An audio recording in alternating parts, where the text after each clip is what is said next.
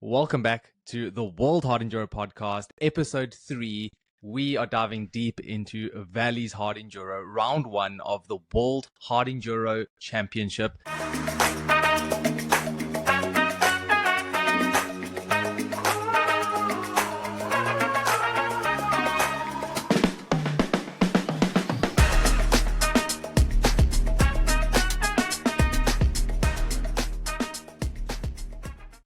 I can't believe it's done and dusted. It's done and dusted, eh? Just like that. Wow, it came and went so fast. I almost felt like we were there. Same, except not.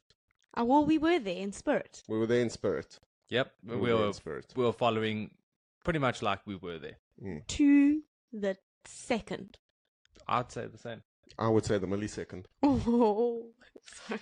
So today, let's have a look at, just a recap. We're going to discuss, obviously, the Valleys Hard Enduro. But first, we'd like to get into a race that happened the same weekend, and that is Enduro Panorama. So Romania actually had a very busy weekend this weekend because they not only had the Enduro Panorama, but they also had the Enduro GP. whoa. They did indeed. Yes, They so did indeed. busy weekend for Romania. But I'd like to get into Enduro Panorama a little bit more. So it was quite a wild race, to be honest with you. It took place from May 8th to 11th, and they say that it was not only a test for the riders, but also the organizers. In what way? The weather. The Okay. weather absolutely came through during this event. It was quite something to see. I saw a video on Instagram by, I think it's called, it's like a media company or someone who does filming. His name is Bunzak Media. And he said for the first time in 10 years of filming hard enduro, the impossible happened, which was that the route was changed from 100 kilometers to 35. Jeez, that's a dramatic cut. I know, right? But yeah, they say that due to just really heavy rain and bad weather conditions, not only the riders had to work overtime, but also the organizers. And they still managed to offer a really, really great race for the competitors. Was there hail involved? No, but there was a lot of mud. A lot of mud. I think it was a bit of a slip and slide out there. To give you some information on the actual kind of result and what happened, Sonny Gogia, he ran out of fuel during the race, so he really had to push to make up that lost time, but he ended up winning overall once again. Fantastic. So he had a couple battles. The first one was with Raul Patrol, who was in the race last time, as well as Michel Walkner, who did not have a good race because he had bike problems and he also ran out of fuel.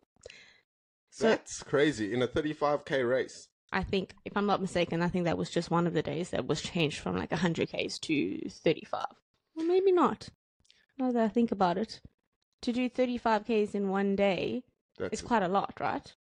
Depending, I mean, if the conditions were as muddy as it seems like it was, it's a long day. 35 Ks can be. That is long. Well, then when it's muddy here, we usually clock 7Ks a day. On a good day. So then maybe it's overall. Maybe it's the overall race went from 100 kilometers to 35 because of just the conditions of the weather and whatnot.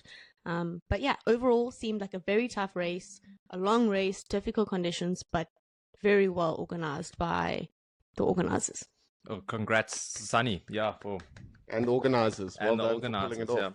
super awesome. But also, quite interestingly, we didn't see Sunny and Michelle at Valleys Hard Enduro, and Sunny is obviously an expert rider from Italy, and then Michelle Walkner is a factory gas rider. So yeah, quite interesting to not see him at Valleys Hard Enduro round one.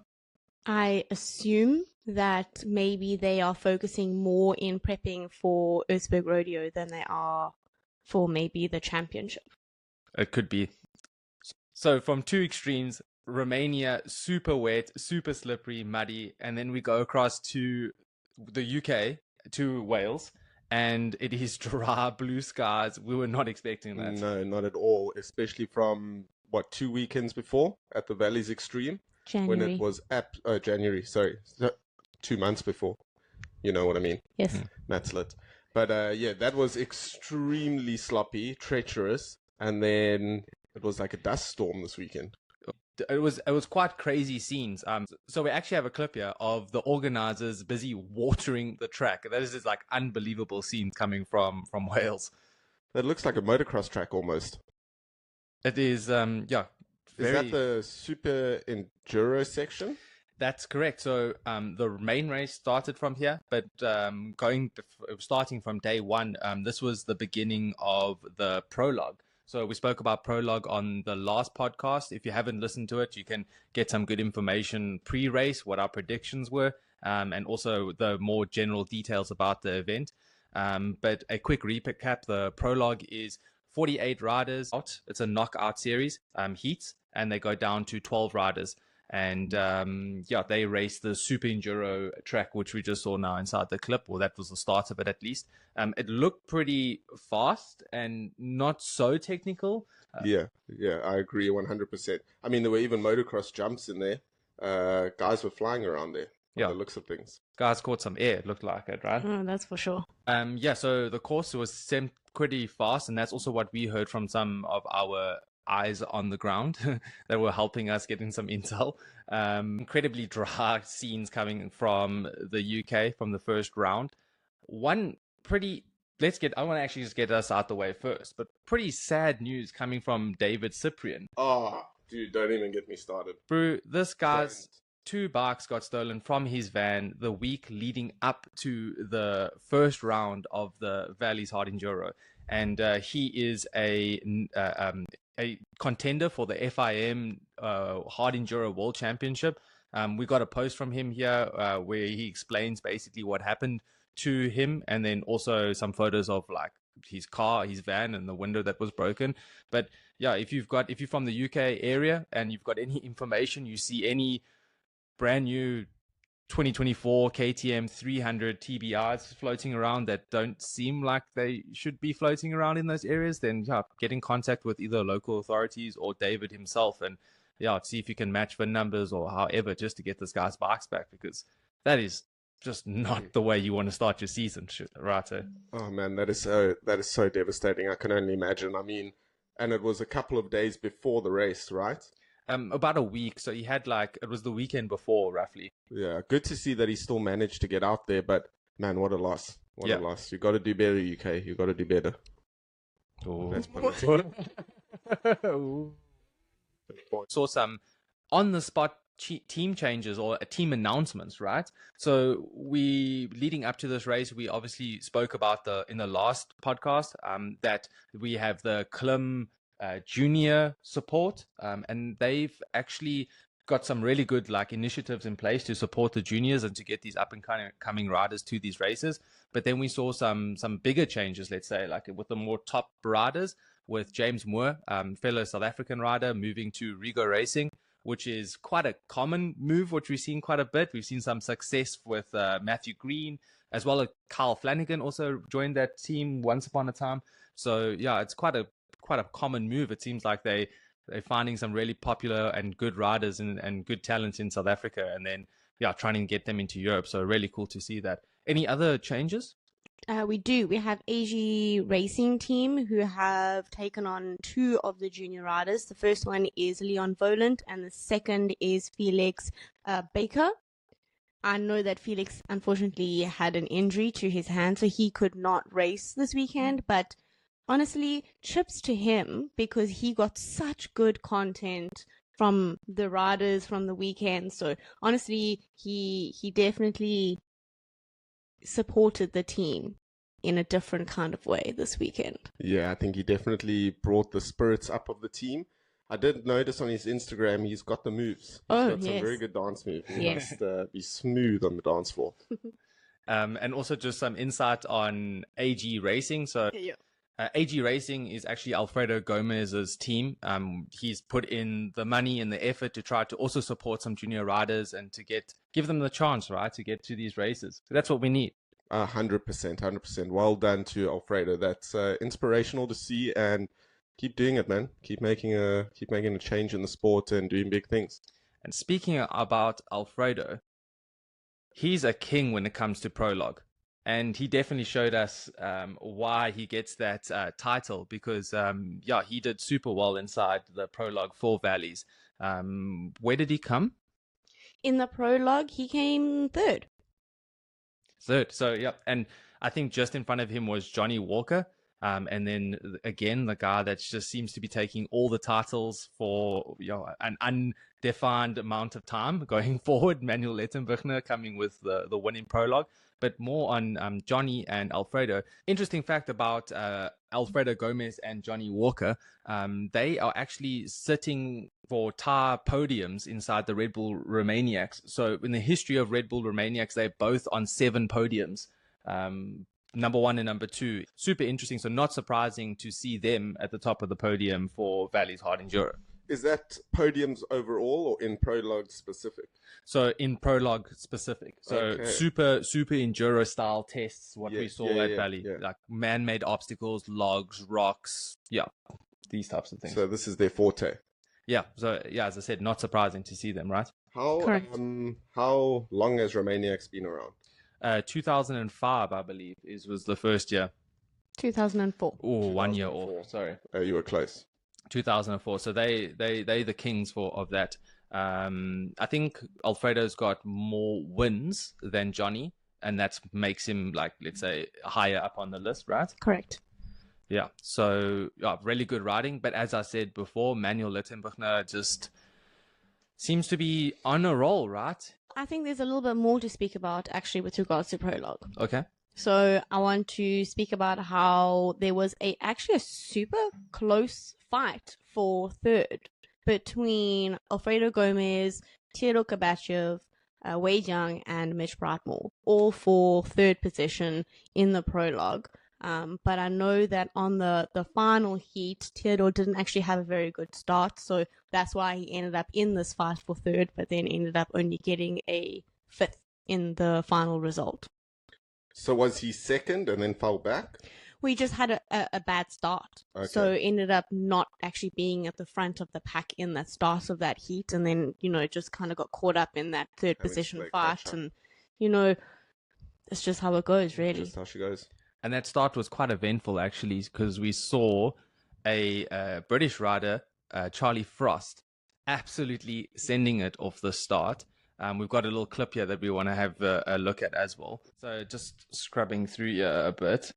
So we can see Theodore not getting the best of starts right at the back of the pack. Charlie Frost is going in hot, compresses that suspension up, but just gets bucked on the first log and comes in all squarely into the first little single underneath the Red Bull arch.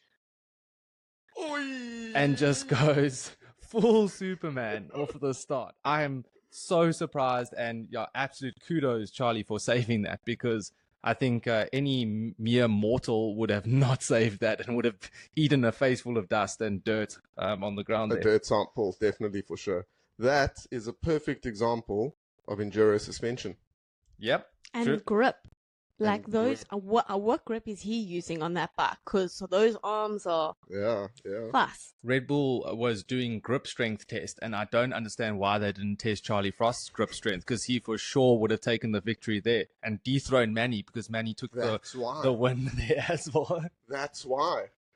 So... I think you're onto something there, Brandon. Yeah, so we're calling Red Bull test Charlie Frost's grip strength, because we think that he's going to take the number 1 spot there. There's a new sheriff in town. Yeah. So then looking into the juniors, also really good and hotly contested junior races. Who do we see on top of the list? Second, third, and then following? Well, for Prologue specifically, we see Ashton Brightmore coming in top for the junior riders in the Prologue, as well as Mark Fernandez and Saf Seller. Really cool. And the Brightmores, they were quite close with each other, right? Correct, but that is more in Qualification than Prologue. Okay, then let's move on to Qualification, I think. Just a little recap on what Qualification is about. They had 2 chances to produce the best laps that they can do, which will then count towards the final day start position. Top 3 get points going towards the Hard Enduro World Championship. Third place, 1 point. Second place, 2 points. And then first place, 3 points. Was that loop the same one that they use on race day? That's a negative. It's a shorter version. I think it was 16 Ks, but for sure that it could have been changed. I know that in the supplementary rules and regulations it was around 16 Ks, but on the day the organizers have the authority to make any changes that best suits riders and the proceedings of events. So yeah. So Manny put in a pretty fast time on the day 2 qualification. If I'm not mistaken, it was sub 16 minutes. Sub 16. So I think he's the only guy to go sub 16 on the day. Pretty expected, I would say. I mean, the guy's absolutely dominating. And if you look at the results, the final results of those qualifying laps, he put on at least, 20 seconds faster than Theodore. Really? Yeah, so he was flying. Qualifying results based off of the 2 fastest laps. If you look at the overall fastest times, first was Manny, second was Theodore, and third was Johnny Walker. Surprising, Ashton Brightmore came 4th, which is the 4th quickest time overall, only 34 seconds slower than Manny. That's 16 minutes. Ashton Brightmore. Where was his brother? That's a good question. 5th. So Ashton beat Mitch. Correct. Ashton came 4th. Mitch came 5th. A question. How many of those, let's say, top 10 are from the UK? That's a good question. 1, 2, 3, 4, 5. So 5 of the top 10 are from the UK. So I wonder if that answers our question from the previous show. Will it be a home advantage? I think it's pretty clear. Pretty clear, right? Pretty clear. 50% correct. The Brits have it. The Brits have it. You're right. But I don't think they were expecting dry conditions. So true. Yeah, I think that everyone had prepared for a wetter event, and I think that the dry definitely put people off their game a little bit. Some people to an advantage. I think some of the guys, they definitely race and ride better in those conditions, but then obviously some of them were, as I say, taken off guard by that and definitely weren't maybe mentally prepared for dry conditions. And more on the conditions as well. So lap 1, the times got so much quicker on lap 2, actually. Pretty much everyone in the top 40 dropped a minute and a half off their lap 1 time. So as soon as that line got baked in, drier conditions, it was fast going. So the guys could pick up some speed. They knew the track a little bit better. And you could definitely see it in the times. I think not only mental preparation, but I assume that majority of the riders will have prepared with wet tires, or not wet tires, but maybe for wet conditions. I'm assuming Plus had their work cut out for them. Good thing they were there with products on demand. Yeah, I'm sure that they had a few good options for the riders to change to, and then the tire changing services that they had there to support riders in any way possible. That's actually a really good point. I didn't even consider the fact that there would be, tire conditions to consider when preparing for that race and prepping the bikes. Because I have a question. I'm pretty sure I saw something about riders going through like a pre-inspection, right? Can they change anything after that pre-inspection? So, for example, if they've prepped their bike on like the Wednesday for the race, and then all of a sudden Friday comes and they're doing the inspection and they put on, for example, wet tires, can they change those tires then, or what can they change after that inspection? So they definitely can change tires. Consumables, I think, is no problem to change. So like tires, chains, that type of thing. But motor-related things, I think, need to be sealed. I assume. I know that they do a sound test as well. So they test exhaust sounds, decibel. Yeah, sound decibel readings, which we see a lot in the supercross and motocross side. Yeah. And so they do those tests. I'm not sure if they do it on all motorcycles. I think that they do.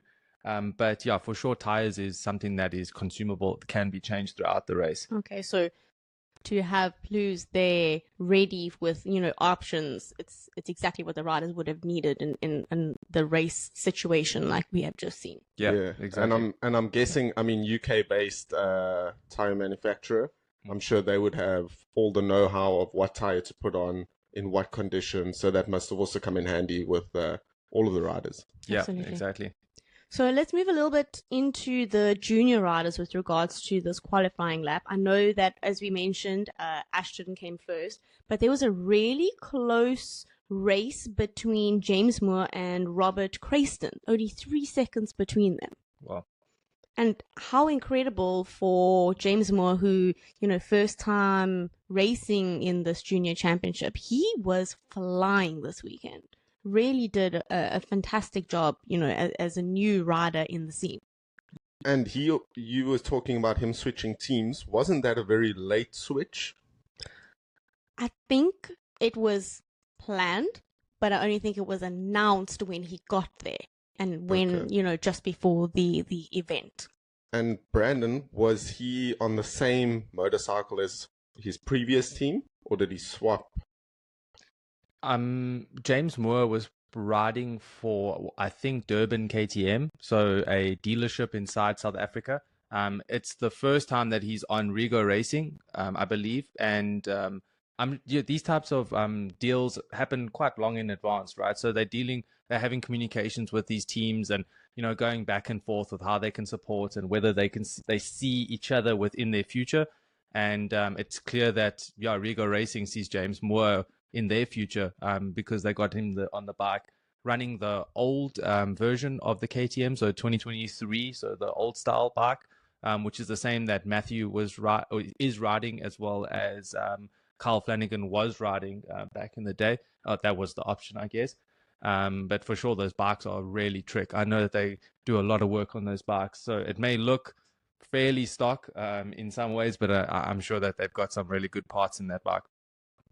So overall, qualifying, very tight. Between the top 20, there was only like a minute 40 seconds between them. So yeah, definitely a fast day qualifying. Yeah, and then so that moves on to the main race. So now we've got the qualifications out the way. The guys top 3 have scored their points. They've set and ready to go. 2 days to get to this main race point, and now it's go time. In a few interviews of Manny, he was ready to go. He was expressing how he's already done 2 days of riding, and he wants to get the race going, and he wants to get out there and start kind of bumping some elbows with some of the boys. Yeah, spreading his wings, asserting his dominance. Absolutely. Main race. Main race. Big race. First race of the year. First race inside Wales, the UK, and Manny gets the whole shot.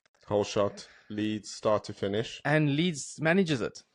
Manny manages it. Manny does many things. Many things, exactly. Many things. Yeah, he basically led from start to finish. Yeah.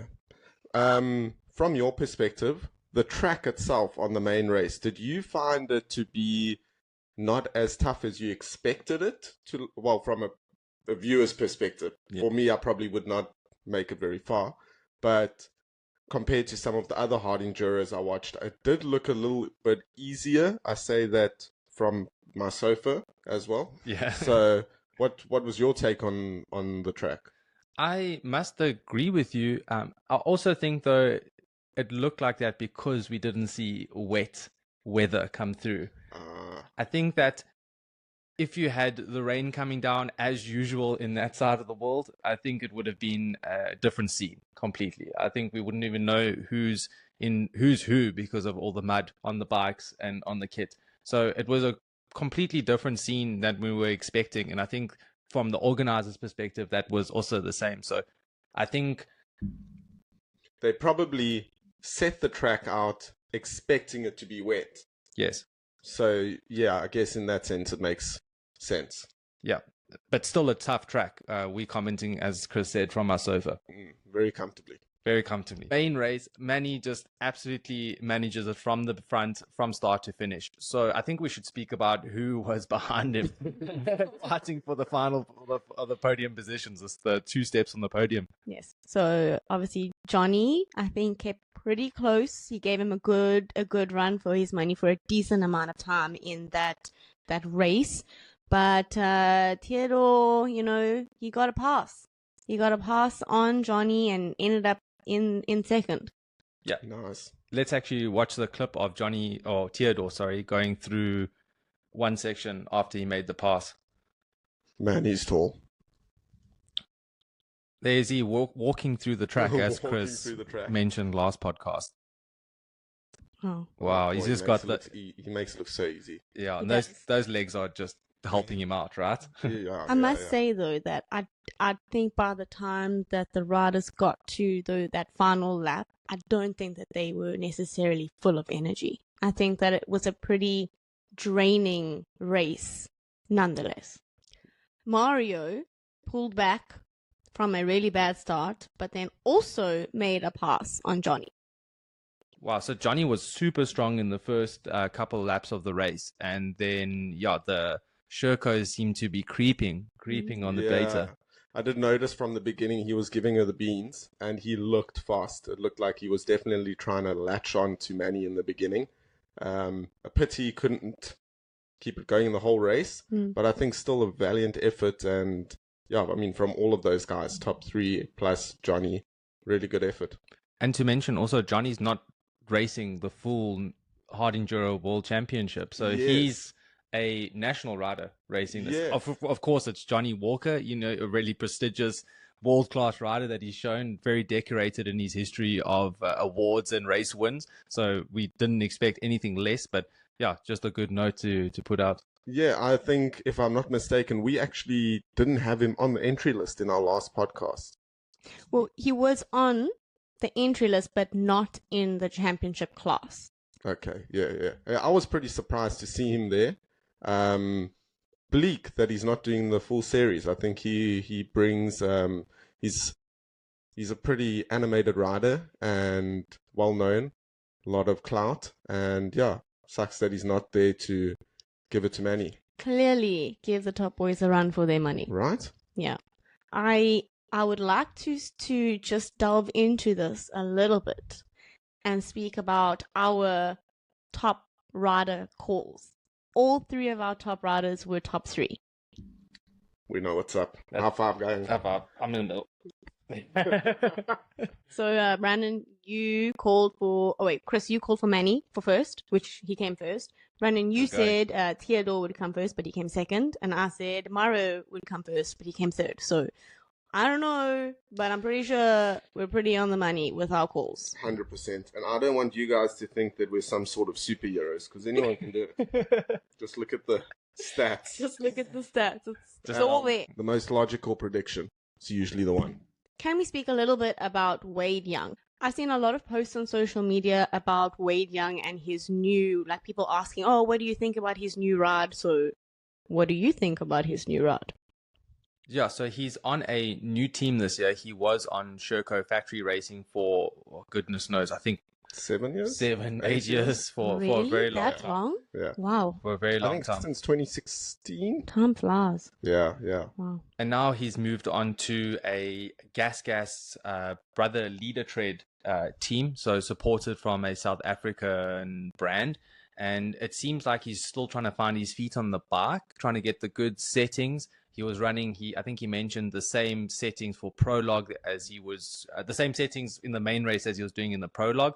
So still got a few things maybe to figure out there with his bike setup and bike. But for sure, I think that we're going to be seeing a lot more of him throughout the year. And also, just a little plug, I think that Enduro 21 will be posting a pro bike review of Wade's bike. And go check it out. I think it should be up in the next week or so. Cool. I know that you said that he's still finding his feet and setting up, but I mean, to come 6th, not bad if you're still finding your feet. I think so. I mean, adjusting to a new bike at that level of racing after being on another manufacturer for so long hats off to him for putting in a result like that and adapting so well so quickly. We saw such a strong push from Alfredo in Prologue. I'm actually quite interested. Where did he come actually inside the main race? In the end, he ended up in 10th. 10th position. I think we actually got a clip of his mechanics busy straightening his rear disc. So it seems like he may have maybe got it clipped on a rock and bent that rear disc. And you can see his mechanics here busy knocking that rear disc, trying to get it to free up a bit. Maybe he had some rear brake issues, overheating. When do you think that they would have done this? Would it have been during the racing? Yeah, so during the racing, they went through a pit so they could do a pit stop, refuel their body, refuel their bike, change goggles. Probably happening that in between each lap. In between each lap. I assume that with hard enduro, it's not unheard of to have mechanical issues like that. I guess like you're putting your bike through the most, it's bound to hit somewhere and dent something. So, yeah, I don't think that, hats off to his mechanic, but yeah, I don't think it's unheard of to have a little hiccup like that during the race. You actually heard a lot, like if you were watching a lot of the clips coming from the scenes there in Wales, in the rock sections, you just heard metal hitting rock in a lot of places. Just a lot of tings, a lot of bass, a lot of... I want to personally apologize to motorbikes around the world for what enduro guys put them through. I'm so sorry. The boys don't deserve it. But us motocross boys, we'll love you. Here for you. Oh, that's a good one. This is why you buy protection parts, though. But always use protection.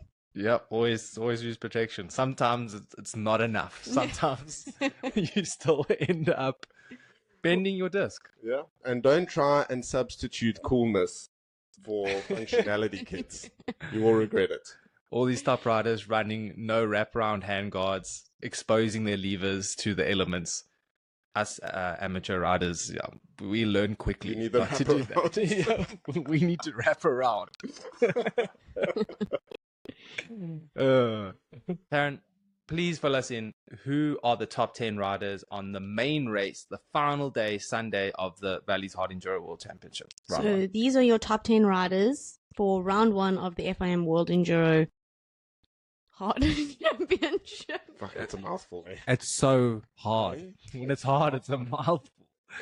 World Enduro Hard Championship. Okay, we're going to do it one more time. Taryn, can you tell us who are the top 10 inside the first round of the Hard Enduro World Championship?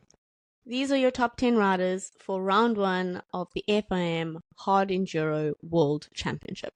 Manny Lettenbechner, Theodor Kabachev, Mario Ramon, Johnny Walker, Will Hoare, Wade Young, Mitch Brightmore, Ashton Brightmore, Francis Cloter, and Alfredo Gomez.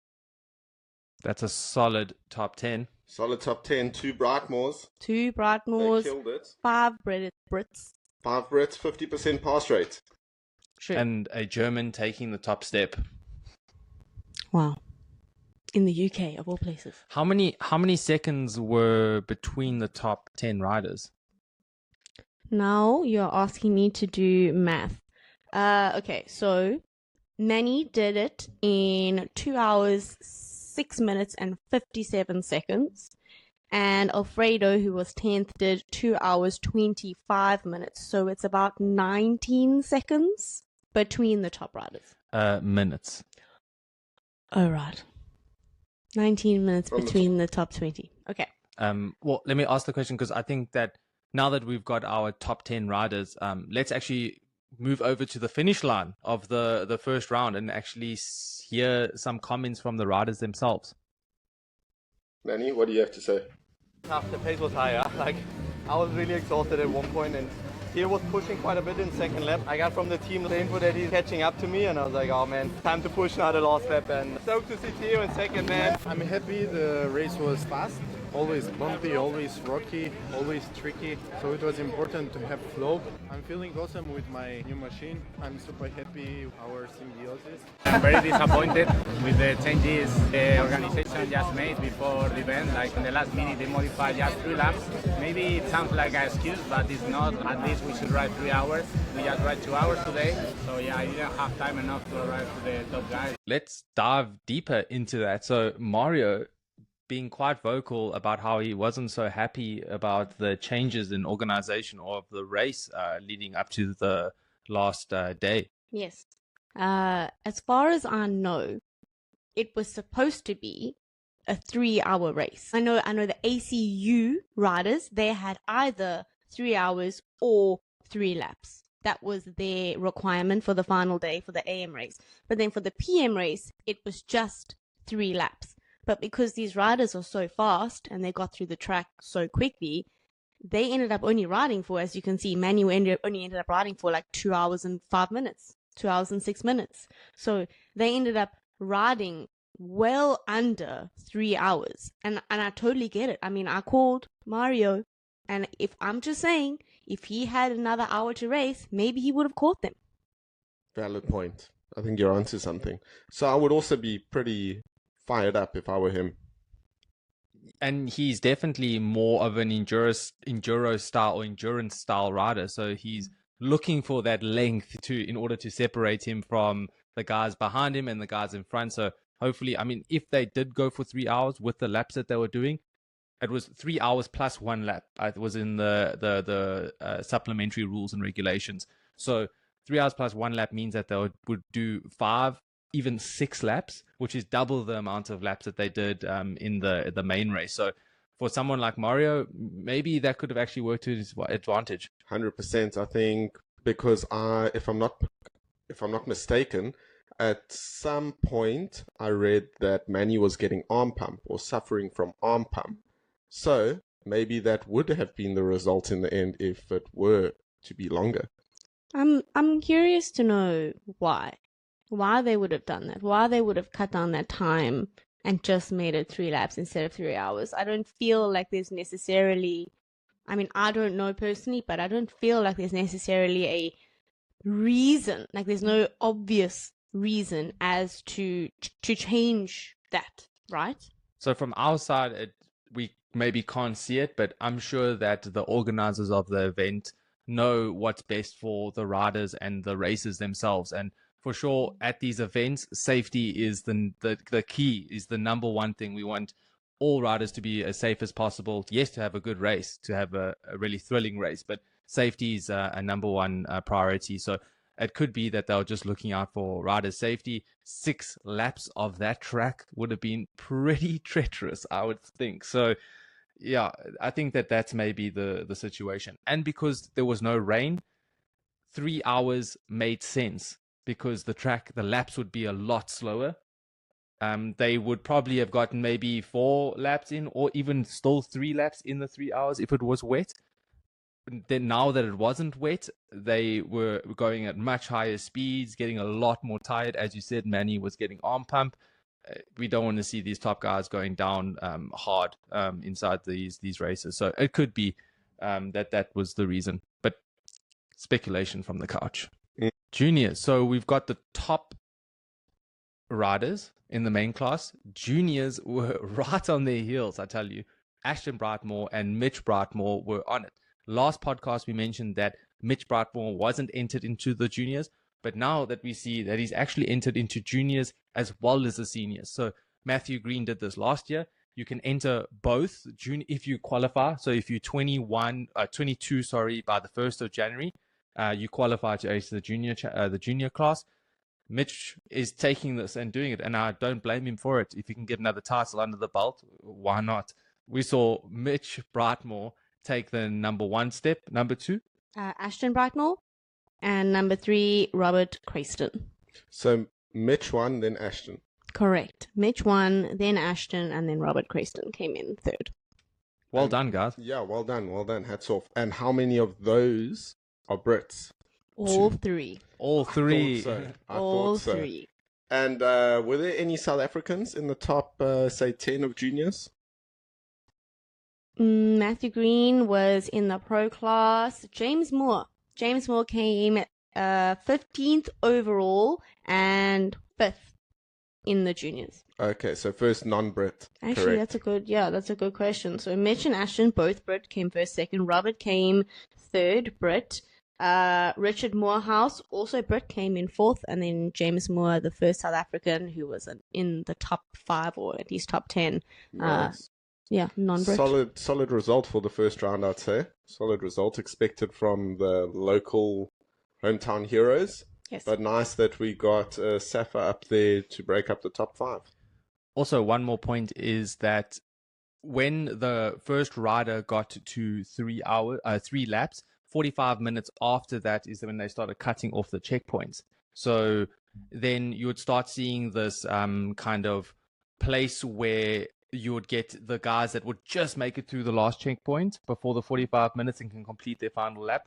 And I believe that Thomas Scales, another South African, was actually the last guy to do 3 laps. So, man, good effort putting it in there and making that happen to get all 3 laps in on such a brutal track. That is correct. That he was the last one to hit that 3-lap mark. Yep.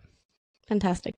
Where does that leave us now? That leaves us in a position where we see Manny just absolutely taking off where he ended the 2023 season with another perfect race, cleaning up Prologue, qualifying, and then the main race.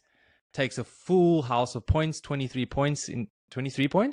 Overall, now he has 23 points. 23 points to the next round, which is in his backyard, very close to home, the Erzberg Rodeo, which he has won the last 2 years in a row, and he's looking to get the hat trick.